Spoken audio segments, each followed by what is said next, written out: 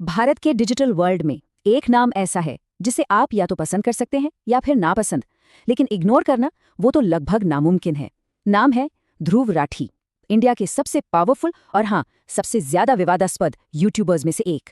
तो आज हम इसी डिजिटल अदालत में उतरने वाले हैं, जहां हम दोनों तरफ की दलीलों को, उनके फैक्ट्स और तर्कों को बारीकी से समझने की कोशिश करेंगे।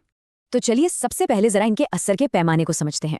सारे चैनल्स मिला दें तो सब्सक्राइबर्स का आंकड़ा पहुंचता है 39.1 मिलियन से भी ज्यादा। सोचिए जरा, ये सिर्फ एक नंबर नहीं है, ये दिखाता है कि उनकी आवाज कितने करोड़ लोगों तक पहुंच रही है, खासकर उन नौजवानों तक जो अभी अभी देश की राजनीति को समझना शुरू कर रहे हैं।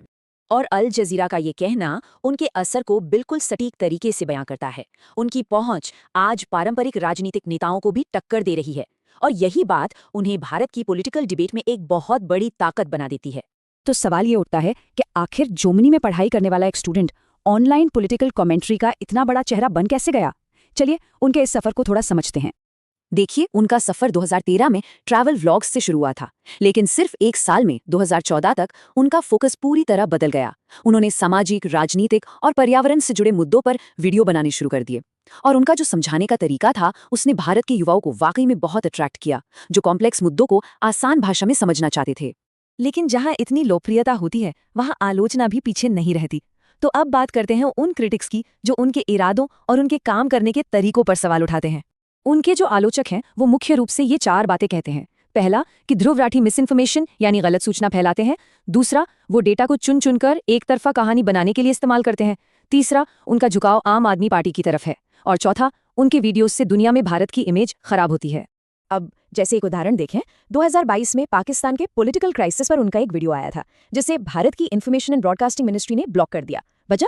आरोप यह था कि उस वीडियो में भारत का एक गलत नक्शा दिखाया गया था, जिसमें कश्मीर के कुछ हिस्सों को अलग तरीके से दिखाया गया था। पॉलिटिकल बायस यानी राजनीतिक झुकाव का आरोप भी काफी गंभीर है। कई क्रिटिक्स, जिनमें दूसरे यूट्यूबर्स भी शामिल हैं, ये दावा करते हैं कि राठी का आम आदमी पार्टी से गहरा कनेक्शन है। उनका तो यहाँ तक कहना है कि राठी ने पार्टी के आईटी सेल में काम किया है, जिससे उनकी निष्पक्षता पर एक बड़ा सवालिया निशान लग जाता है। और हिंदू पोस्ट का ये कोट आलोचकों की पूरी बात का निचोड़ है। उनका सीधा सीधा मानना है कि ध्रुव राठी सच दिखाने के नाम पर असल में फैक्ट्स को तोड़ मरोड़ कर पेश करते हैं, और उनका मकसद सिर्फ अपना एजेंडा चलाना है। चलिए अब सिक्के का दूसरा पहलू देखते हैं। ध्रुव राठी के सपोर्टर्स की भी एक बहुत बड़ी तादाद है, जो इन सभी आरोपों को सिरे से खारिज करते हैं। उनके समर्थक ये मानते हैं कि एक डेमोक्रेसी में सरकार की आलोचना होना बहुत जरूरी है। जैसा कि ग्रेपवाइन पर एक यूजर ने लिखा है कि इससे फर्क नहीं पड़ता कि पावर में कौन है, एक मजबूत आलोचक का होना देश के लिए अच्छा है।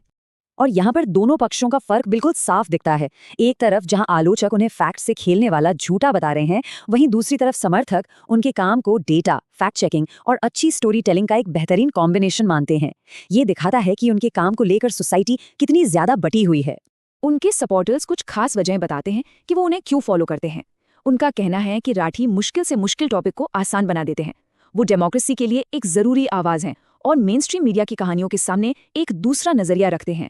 और तो और 2023 में जब टाइम मैगजीन ने उन्हें नेक्स्ट जनरेशन लीडर का खिताब दिया, तो ये उनके ग्लोबल असर को भी दिखाता है।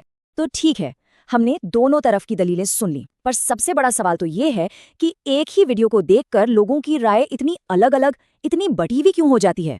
इसका जवाब शायद पॉलिटिक्स में नहीं, बल्कि हमारे दिमाग के काम करने के तरीके में है।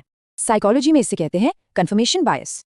ये हम सबकी एक आदत होती है कि हम उसी इन्फॉर्मेशन पर ज्यादा ध्यान देते हैं और यकीन करते हैं जो हमारी पहले से बनी हुई सोच से मेल खाती है। इसीलिए जो लोग पहले से सरकार के आलोचक हैं, उन्हें राठी के वीडियो में सच्चाई दिखती है, और जो सरकार के समर्थक हैं, उन्हें उसी वीडियो में एक एजेंडा नजर आता है। और सोशल मीडिया के एल्गोरिदम इस चीज को और भी बढ़ा देते हैं, जिससे बन जाते हैं इको चेम्बर्स। ये एक तरह के डिजिटल बुलबुले हैं, जहां हमें सिर्फ वही बातें सुनाई देती हैं जिनसे हम पहले से ही सहमत होते हैं। इससे हमारे विचार और भी पक्के हो जाते हैं, और किसी दूसरे के नजरिए को समझना बहुत मुश्किल हो जाता है।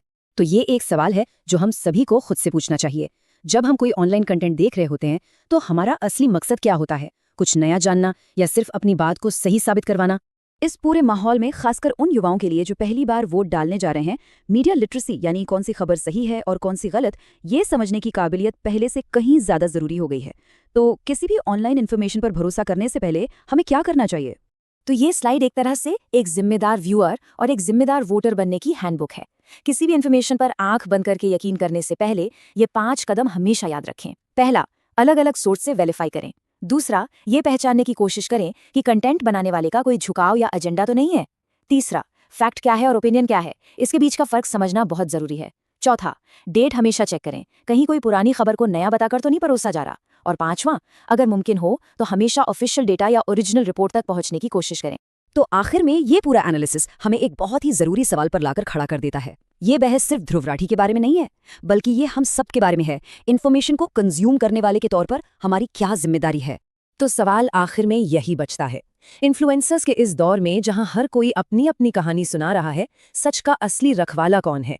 वो इन्फ्लुएंसर, सरकार, या फिर हम खुद, जो सोच समझकर और सवाल पूछकर किसी भी जानकारी को अपनाते हैं? इस डिजिटल अदालत में आखिरी फैसला आपका है।